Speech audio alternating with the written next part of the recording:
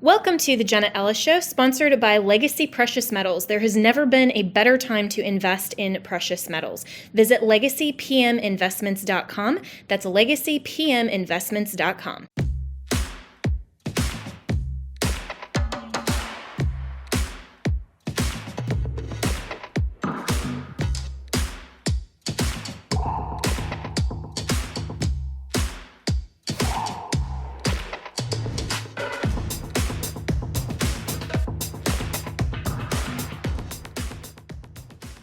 Good evening and welcome to Jenna Ellis Tonight. Today is April 1st, which means it is April Fool's Day, or otherwise known as Joe and Kamala Visibility Day. They are the most ridiculous fools in the country. And I'm not just talking about their administration's priorities, which are clearly Marxist leftist, but also how they're specifically and intentionally wanting to just rile up Christians on our most holy weekend, which was Easter Sunday, that all Christians across the world, including me, celebrated. And the White House, in advance of the celebration of Easter, put up this message from the White House, which is, today we send a message to all transgender Americans. You are loved, you are heard, you are understood, you belong. You are America. And my entire administration and I have your back. And so he proclaimed, as you can see in the highlighted portion, do proclaim March 31st, which also was Easter yesterday, as Transgender Day of Visibility, whatever the heck that means. But then it goes on to say, in witness thereof, because that's the whole, that's the formal way that you have to do these kinds of announcements from the White House. It's so ironic. He says, in witness thereof, I have hereunto set my hand this 29th day of March in what? Oh, the year of our Lord. So we are still recognizing that this is a Christian country. But no. Kamala Harris also had to tweet this. She said, on Transgender Day of Visibility, we celebrate transgender and non-binary Americans. Their courage has given countless others strength, but no one should have to be brave just to be themselves. We see you. We stand with you.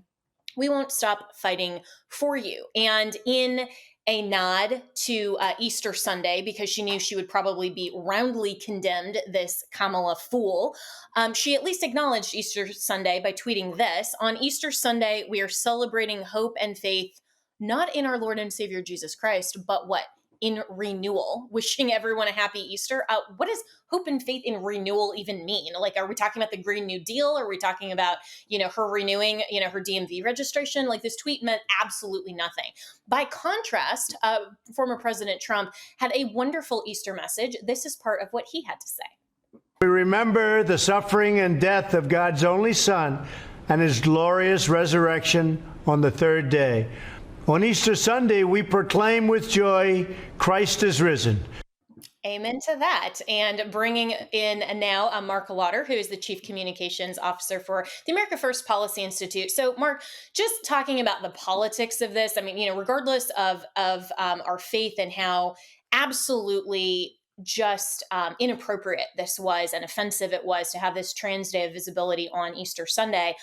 Here's the contrast for voters in 2024. You can either have the fools that are Joe and Kamala, or you can actually bring back some dignity and some faith to the White House with President Trump's great message. Yeah, it's really remarkable. I mean, you've really messed it up when even the Democrat Catholic Archbishop of Washington, D.C. admonished the president for what he did over the weekend. And so I think this is actually one of those things. I mean, we can argue about policy, and a lot of people, obviously, whether it's inflation, the border, whatever. But when you add something like this on, it just makes people shake their head. And they're like, no, I'm done. I'm out. This is one step too far. I may be able to deal with some of your other shenanigans, but when you attack Easter, when you confuse Easter with the National Trans Day of Visibility, you're just, I think for most Americans out there, just that you leave them shaking their head going, these people are idiots. Yeah, the fools that they genuinely are. And then the White House also said for Easter Sunday that for the traditional Easter artwork contest that, the kids draw on pictures of Easter eggs, there could be no religious messages at all. I mean, this is from somebody who calls himself a Catholic.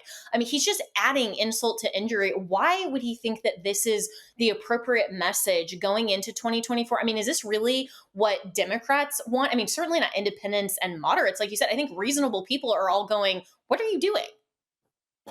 Well, let's not forget, this is the same administration that sends FBI and other armed three-letter agencies after people for simply praying outside of abortion clinics.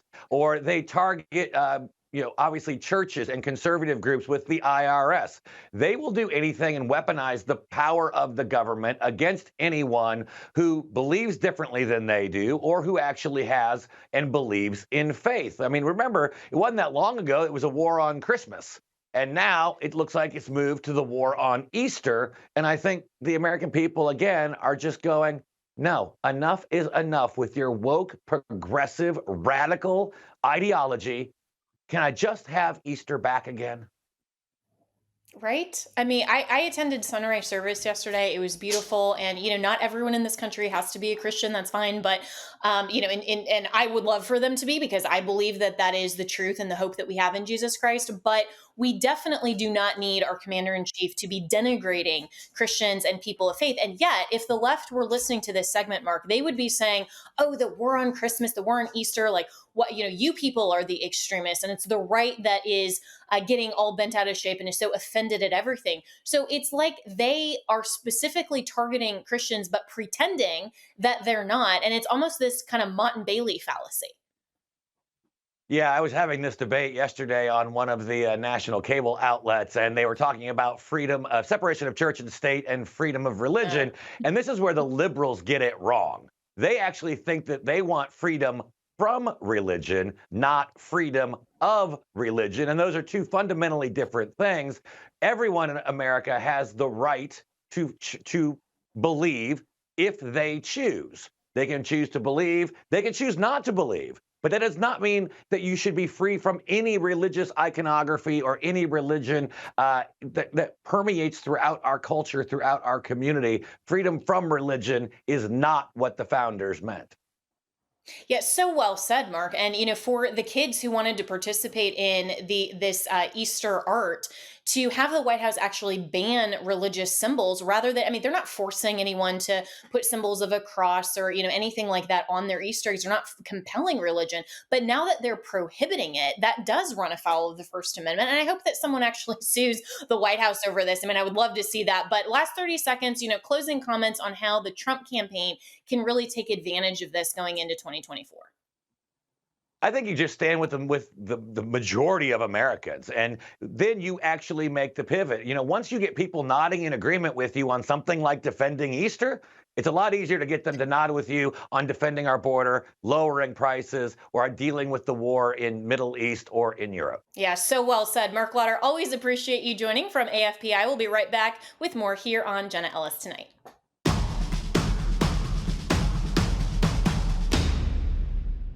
Throughout history, there are clear moments that define our nation's path, and now you can own a piece of that history. I'm thrilled to announce the official Newt Gingrich contract with America coin from our friends at Legacy Precious Metals in partnership with Speaker Gingrich.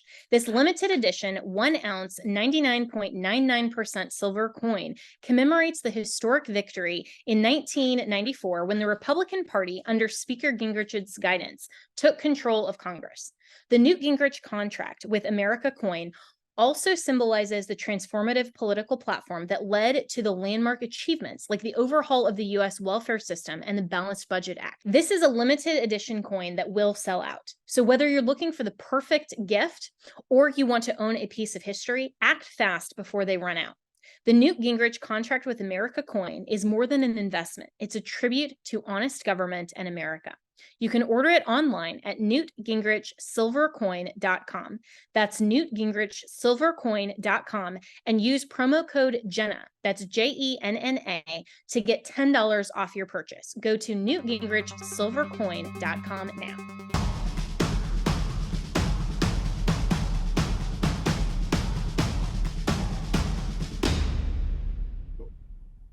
Scrutiny continues on local authorities, but also the Biden administration in Baltimore as we continue to learn more about the Key Bridge disaster and that horrific video that came out of the cargo ship that slammed into one of the stanchions and destroyed the Francis Scott Key Bridge about a week ago. This is what Transportation Secretary Pete Buttigieg had to say from the White House earlier last week. Infrastructure is, or at least ought to be, a bipartisan priority. I know that partisanship has gotten in the way of some important functions and expenditures, but I would also note that the infrastructure package that was passed is known as the bipartisan infrastructure law for a reason. Some, not all, Republicans crossed the aisle to work with President Biden and work with Democrats and get this done. It is our hope that that same spirit will prevail here. And I would also remind any member who might find themselves on the fence when any requests that might come through materialize that, today this is happening in Baltimore, tomorrow it could be your district, and we really need to stand together, red, blue, and purple, to get these things done.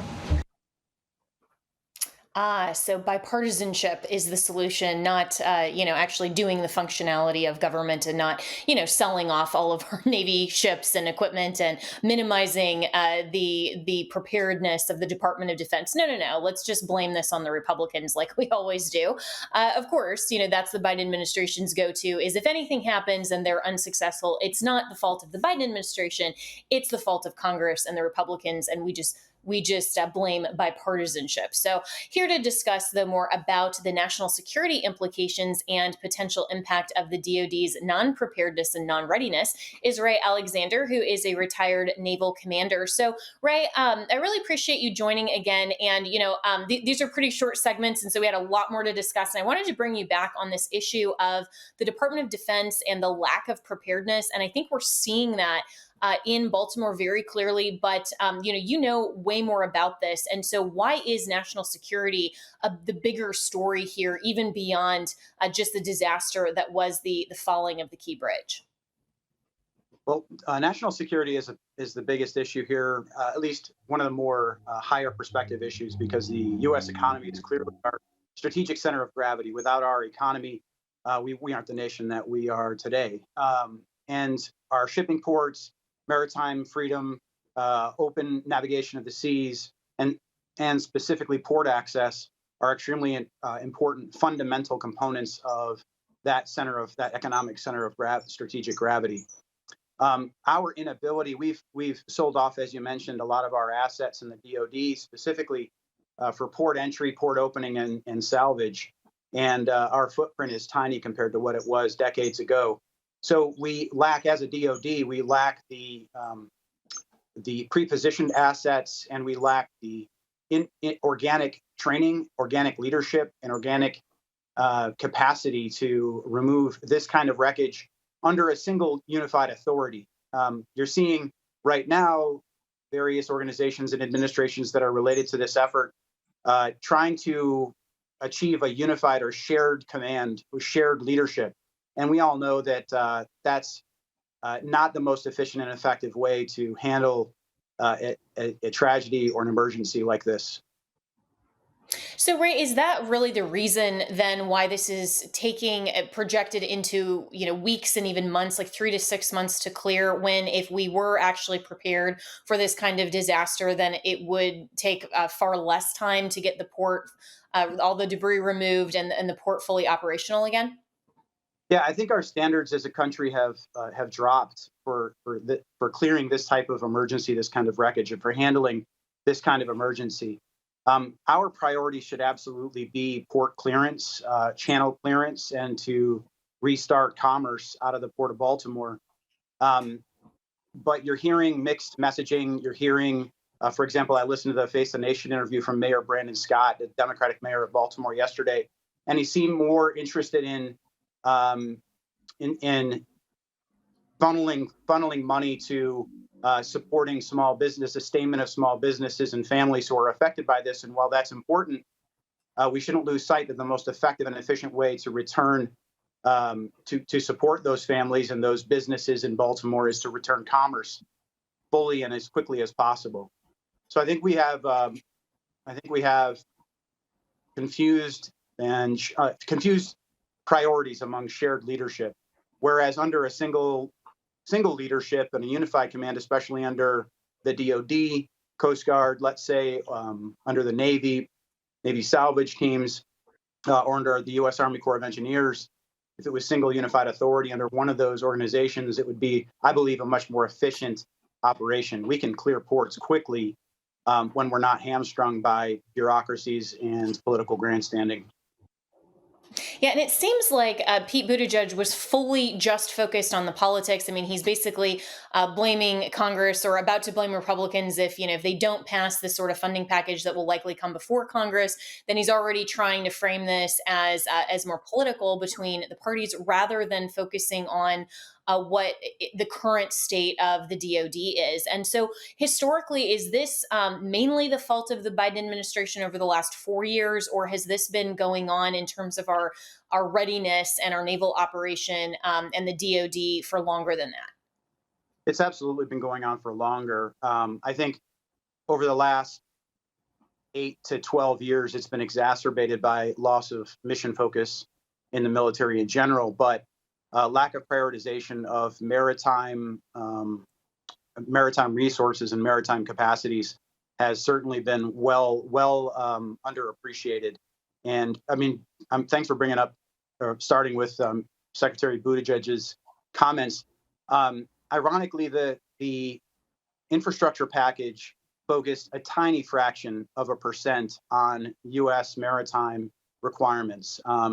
There are something around 16,000 bridges like this one without the proper protective barriers around the pilings that might have caused the ship to run aground sooner than it would collide with the piling itself and cause the bridge to collapse.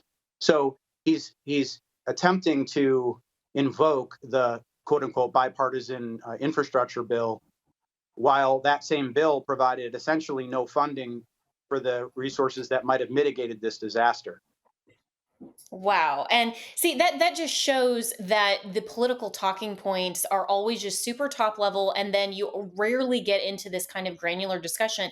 But I wonder why Republicans aren't pointing that out, and you don't see hardly any conservatives that are posting on this particular subject matter. I mean, some experts like you, but nobody in Congress so far, even the good guys, aren't posting about this. So I have a lot more questions for you, Ray Alexander. So let's hold him over to the next segment, and we'll be right back with more here on Jenna Ellis Tonight.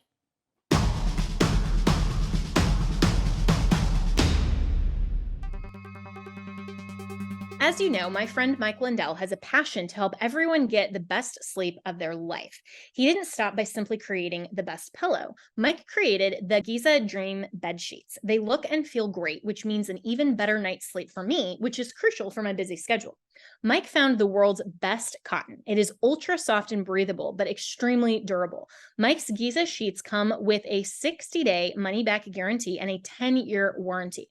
The Giza Dream Sheets come in a variety of sizes and colors. Mike's latest incredible deal is the sale of the year. For a limited time, you will receive 50% off the Giza Dream Sheets. You will also receive a set for as low as $29.98. So go to mypillow.com, click on the radio podcast square, and use the promo code Jenna. There you will find not only this amazing offer, but also deep discounts on all MyPillow products, including the MyPillow 2.0 mattress topper, which I have and I love, the MyPillow kitchen towel sets, and now even flannel sheets and so much more. We definitely need flannel sheets for as crazy as all of this weather has been lately. So go to mypillow.com and make sure you use the promo code Jenna or call 1-800-564-8475. That's 1-800-564-8475 and use the promo code Jenna.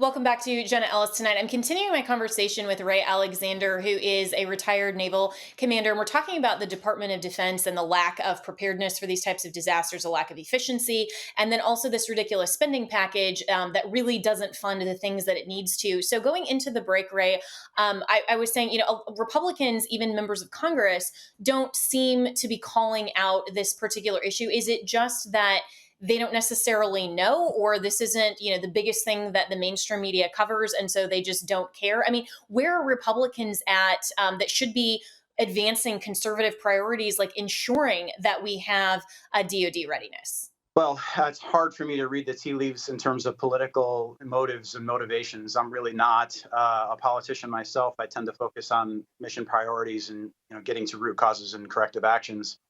But if I'd had to guess, which is why you're speaking out on this, which is great. Yeah. If I had to guess why there might be some, I think I think one reason might be that there's a general lack of appreciation for maritime matters. There's a general broad lack of awareness of maritime issues. And to be honest with you, as tragic as the situation was, and I know it's no small consolation to the families whose relatives lost lives in this terrible accident, I think the relatively small death toll, it doesn't really have much of an impact on the public.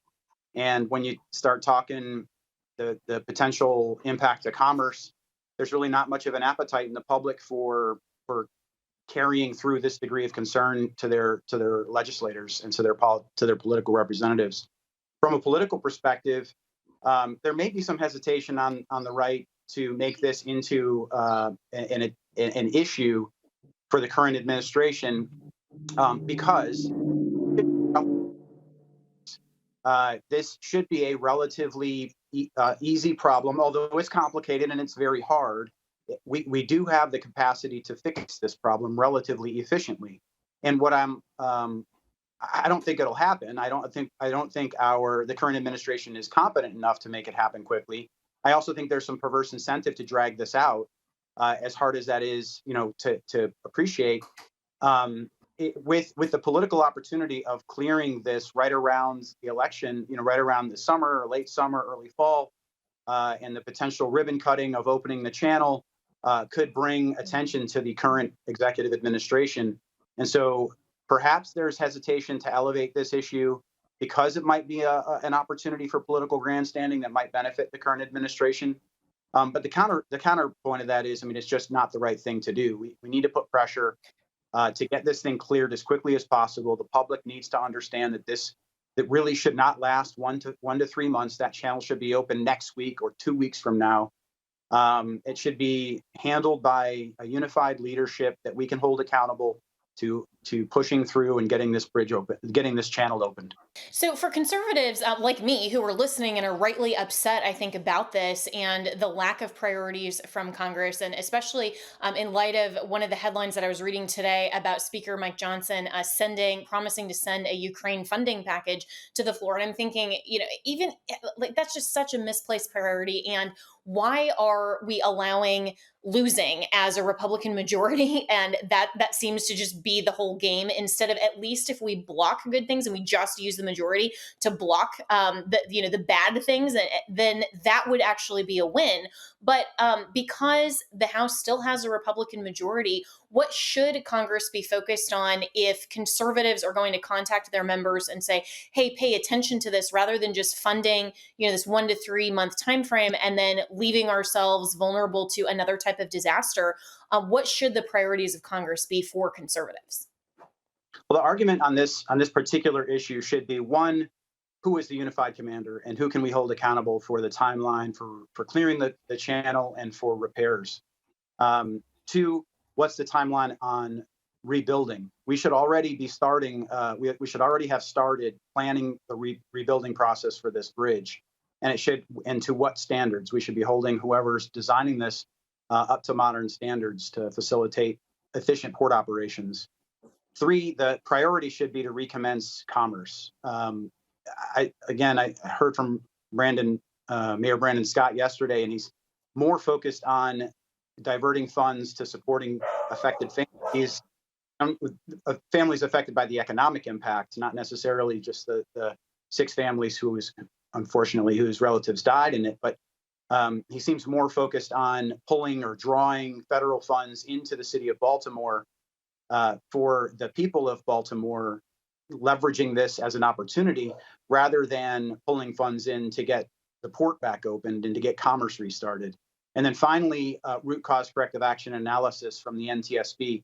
My understanding is, listening to commentators, that the investigator that the NTSB has assigned is an extremely reliable and detail-oriented investigator and trustworthy. That's wonderful. Let's accelerate the timeline for the NTSB investigation. Let's do it transparently.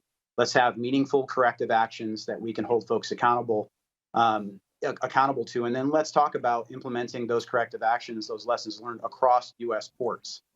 And also, is this the most efficient way to get wreckage cleared? If I'm a U.S. adversary, I'm looking at how relatively easy that was to take down an entire interstate highway bridge and shut down an entire, a very critically important shipping port. It is the busiest automotive and farm equipment shipping port in the United States. We'll talk about it, impact to the economy for a relatively minor investment of effort. It's a complicated job, but Yeah, and I mean, and right, and this just seems to make so much sense. And you have to wonder why those in leadership are not making these seemingly very obvious priorities, and they're trying to just make it political. But we are in an election year, and that's really sad that they prioritize the partisanship over doing what they should. But in just the last minute that I have with you, what about the people at the NTSB? Because they seem to be not as many political appointees. Probably some of them are, but a lot of them, have been through a number of administrations. Are any of them, to your knowledge, raising these kinds of priorities and saying, hey, it doesn't matter who's in the White House, we need to do these things on behalf of America? That's a good question, and one I fortunately don't have insight into. I don't know what type of. Oh, I do have a point to make on that, and that is our, generally speaking, our not only our government, our DoD, but also our culture is far less inclined to be self-effacing, to be self-critical. I've found through the last years of my military service, and more so now even than before, we disincentivize honest feedback to both Yeah, we do. And we ourselves got to leave individually it and there, also Ray, but really appreciate it so much. And we will be right back with more here on Jenna Ellis Tonight.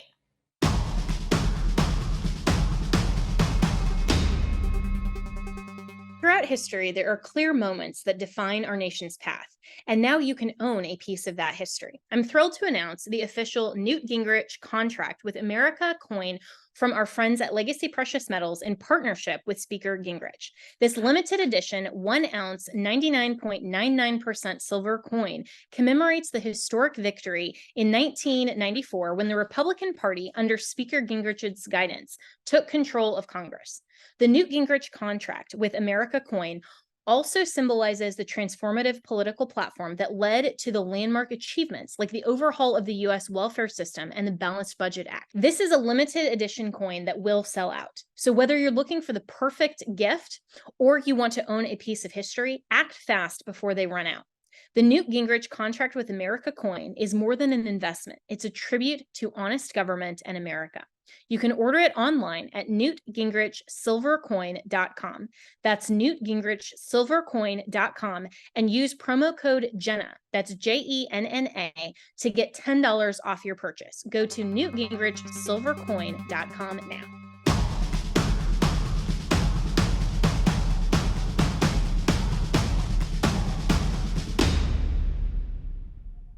So as the saga of Sam Bankman Fried wrapped up late last week, this was the headline from Reuters. Said Bankman Fried sentenced to 25 years for multi-billion-dollar FTX fraud. So Sam Bankman Fried was sentenced to 25 years in prison by a judge on Thursday for stealing $8 billion from customers of the now bankrupt FTX cryptocurrency exchange he founded, the last step in the former billionaire Wonderkind's dramatic downfall. U.S. District Judge Lewis Kaplan handed down the sentence at a Manhattan court after rejecting Bankman Fried's claim that FTX customers did not actually lose money and finding that he lied during his trial testimony.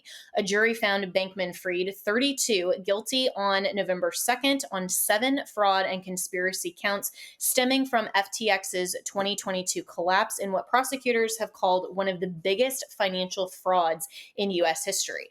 Kaplan said Bankman Fried has shown no remorse. So joining me now to discuss is Tho Bishop, who is with the Mises Institute. So Tho, this is a really fascinating story, how this guy was able to pull off this kind of fraud. And a number of social media commentators, not just the Charles Paynes and, the people like you, Charles Payne tweeted out or posted on X that 25 years wasn't enough for this type of crime. Do you agree? I think I agree. I mean, this is a major, again, one of the biggest financial frauds ever. But to me, it's the environment with which Sam Bankman Fried was able to get to this point that is even more deserving of scrutiny. I mean, I'm glad that he's paying his time. There was a lot of push very early on in that process of, you had various people out there, Mr. Wonderful from Canada, right, trying to take the position, oh, well, just give his company back. He can make up for his losses there. No, I mean, this is a clear crime. But just as interesting to me is that the larger dynamic that allows for the Sam Bankman-Frieds to exist. And I think within that, there's much scathing kind of analysis that can be applied there to what it means for the larger financial system. Fried is is going to be spending the next 25 years in jail. We'll see how much of that he actually spends. But his actions are not that dissimilar to ways that the modern financial system kind of works legally. I think those sort of components are some of the more interesting elements of this story. Well, let's unpack that a little because that really is interesting. I mean, so the contrast between what happened to FTX versus some of these other things that are still legal that are going on in America all the time. Right. Well, I mean, because if you look at ultimately what he is being, what he was found guilty of, right? It was utilizing customer money, transferring that over from the FTX exchange and providing it over to the investment wing, Alameda Investments. And that is where the losses happened. And of course, this is a big aspect of how the banking system works. Now, there's plenty of legal differences, and I want to acknowledge that, right? The terms of services for FTX stated that no customer funds would be used on the investment side of things. And so obviously there was a clear fraud dynamic there. But we have a fractional reserve banking system where ultimately customer deposits are utilized for investments all the time. This is what contributes to this larger phenomenon of bank runs when you ever have a loss of confidence in the financial system. In this case, it dealt with tokens that FTX had created, and it turned out they were the largest holder of that. That created concerns about the value of those investments and the like. But ultimately, this fundamental instability is part and parcel with the modern banking system. And so what I find fascinating is that you have the aspect where FTX was the beloved chain of regulators because of the political donations and the way that was able to be able to utilize to almost take over the crypto regulatory sector. You have the assaults that happened afterwards. And the Biden administration in particular has been one of the biggest opponents of the crypto industry generally as an asset. Even though a lot of the issues with FTX are not at all relative to conversation about Bitcoin. And then you have this larger dynamic where the financial system itself is built kind of similar to this fraud scheme that Sam Bankman-Fried was perpetrating. And I think Americans need to be understanding that, again, a lot of the aspects of the modern financial sphere have a lot of these same characteristics, and that should concern us when we think about the safety and soundness of the American banking system, our financial system generally. Yeah, and this is why I love having people like you on, Tho, that can explain the similarities and some of the distinctions, but how we should be thinking of this, not just as a story itself, but in the broader context. So what should we learn as conservatives from this story, and not only as investors ourselves, perhaps, but more so how maybe Congress can look at some of the ways that banking is done. And, even though we're not in general a fan of a lot of government regulation, when it is to protect our actual interests, I mean, that can be a good thing. So what changes should be made in light of some of the things we've learned from this story? Well, I think there's been a big emphasis over the regulatory landscape of the financial sector rather than capitalization.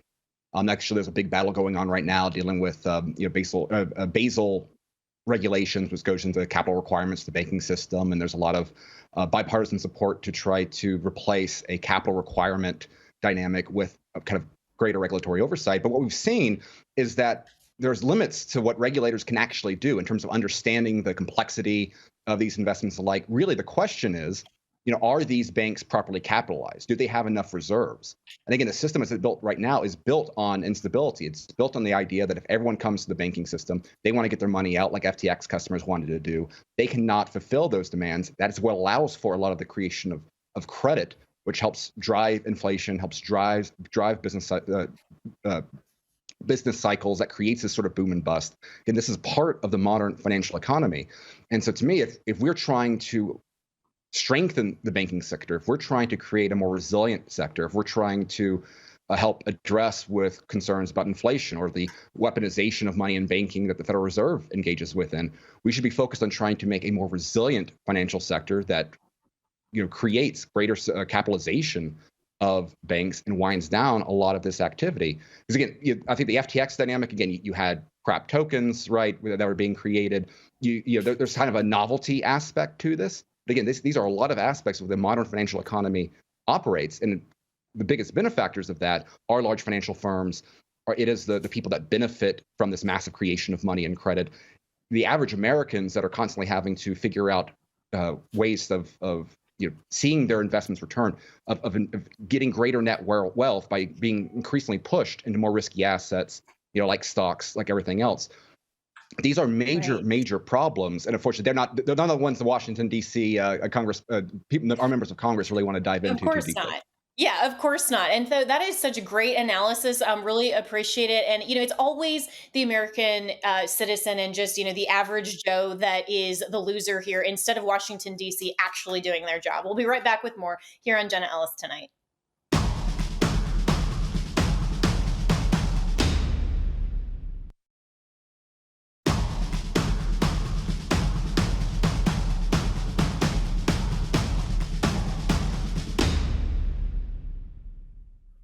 And finally tonight in Colorado, Denver is maybe finally feeling the effects of their leftist liberal extremist policies, with some members of government actually suggesting to the quote unquote newcomers, which is of course the leftist term for illegal aliens, that there are no more opportunities here. You should just pack up and go elsewhere. And they're actually offering to bus these people to Canada. This is crazy what 9 News Denver uncovered in this video. Watch.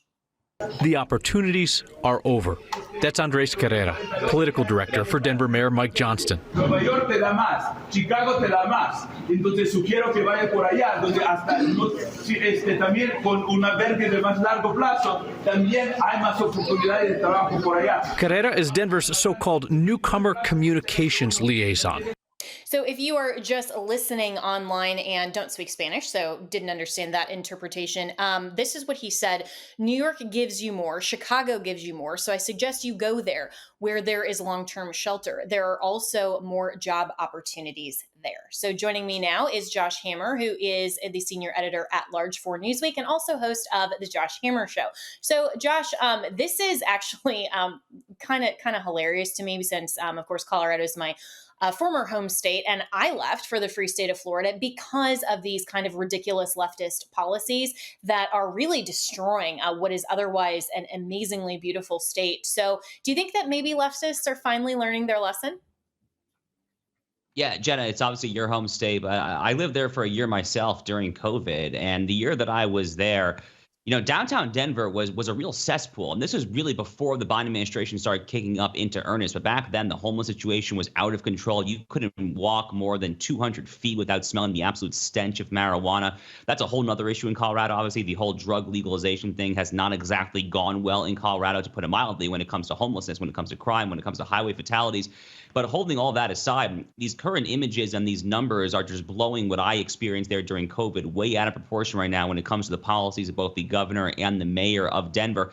And, to me, Jenna, I personally, like when I see stories like this, especially like you as someone who fled Colorado, I experience some schadenfreude. I mean, I actually get some joy out of these people suffering, and not the migrants, but the actual liberals who put in these policies to attract them, and then they're hoist on their own petard and then trying to give them carrots and incentives to go pick up and go elsewhere. What did you people think was going to happen when you declared yourself a sanctuary jurisdiction? And we're seeing this all across the country. It's not unique to Denver. New York City and Chicago have both had to lower their thresholds for the number of days that you are guaranteed to have shelter there if you are an illegal alien. New York City under Eric Adams lowered it from 60 to 30 days if you are just a single male. You still get extra protection if you have illegal alien children accompanying with you. But this is part of a broader trend of liberals being hoisted on their own petard. And it's kind of a similar line that we saw with Ron DeSantis back in 2022, sending those migrants up to Martha's Vineyard. The only way that you can ultimately try to persuade progressives and liberals of the idiocy and the failures of their own policies is to make them feel the repercussions themselves. And in this case, it's not quite like DeSantis, because they literally brought it on themselves. But if videos like this are any indication, then yeah, I definitely take an optimistic, somewhat of a white pill take out of that. Hopefully there's new leadership in Denver soon, because you're right, Colorado, it's your native state. It's a gorgeous, gorgeous state. But the city of Denver, again, I was living there 4 years ago. It was pretty hellish during COVID. And I think it's gotten a heck of a lot worse since then. Yeah, it really has. I mean, since Republicans lost a one-seat majority in the Senate, I think that was about 2018 or so. I mean, it has just gone even further leftist, because there are literally no gatekeepers to just this radical leftist agenda. And I mean, the people who moved from California in the 80s to Colorado now are experiencing kind of this second mass exodus of saying, we came to Colorado because we left California, and now Colorado is in some ways almost even worse than California, if you can believe that, or at least very similar. And so, what do you think is New York's and Chicago's response to this when, all of these so-called newcomers that are, of course, illegal aliens, Denver is now suggesting like, oh, well, let's just pack up and send you there, or maybe bus them to Canada. Right. I mean, Canada is probably the option that makes the most sense with Justin Trudeau there, who is probably to the left of anyone currently in power in the United States, short of like Rashida Tlaib or something like that. I mean, he is way, way out there. But look, New York City does not want these migrants. I mean, that is for sure. Eric Adams, like I said, is starting to crack down. He's starting to evince a slightly tougher rhetoric. People in New York, I mean, I'm from there originally. I've spoken with a lot of friends and family in the New York area. I hear grumbling and complaints about the situation there all the time. And the sense I get is that really no one wants the policies that sanctuary cities have brought upon them in New York City. Chicago might be a slightly different story insofar as the current mayor there is about as far left as they come. That's Mayor Johnson, who is the successor to Lori Lightfoot. Believe it or not, he's actually to the left of Lori Lightfoot. So, he actually might want them. But having said that, the people of Chicago, they had a recent election in Chicago where they voted on some ballot initiatives. They actually supported some right of center initiatives when it came to crime, law enforcement, things like that. So even in Chicago, you're starting to see, I think, a slight turn. I'm not predicting it's going to become a Republican stronghold tomorrow, but you're starting to see a slight mild rejection of some of these far left urban policies. So I have no idea where these people are ultimately going to go if they're trying to flee Denver, unless it is Canada. Ultimately, Jenna, what you hope for is you hope for a situation where these blue Democratic big city mayors realize the mistaken nature of their actions and then collectively put a lot of pressure on the Biden administration. That's what you hope for. We'll see whether it happens. Yeah, and really good point. I mean, where are they going to go? And that's the inevitable consequence of all of these open border policies. And we know that the Biden administration recently admitted that they are flying in over, 350,000 of these illegals to unknown destinations in America. Once the liberals start feeling the effects of these policies, I mean, where are they going to go? Other than, mass deportation needs to happen, but is there really a solution that is going to be tasteful, I suppose, to even Republicans? Because they're really not even going to deal with this. And we have about a minute left. Yeah, look, there's not a whole lot of options for what you do when you have a large illegal alien population in the country. I mean, there's basically three options, Jenna. You can deport them. You can put them here on some sort of legal status. So this is kind of the Gang of Eight in 2013, where you can get them to a green card, but not necessarily full citizenship. Or you can let them percolate in the underground economy. I mean, those are basically your three options there. I mean, for better or for worse, I think that deportation really is the best of those options. And, we'll see if President Trump is able to do that if he reassumes office. But I have to think that'll be a pressing policy concern for him on day one. I hope it is. And, even as much as people are saying, oh, we shouldn't deport them, that is the solution, because they came here illegally. They're not just newcomers. They came here illegally. They need to, to be deported and to comply with our law. I mean, that should be the conservative solution. Josh Hammer, always appreciate it. We're already out of time for Jenna Ellis tonight. And so I will see you tomorrow night.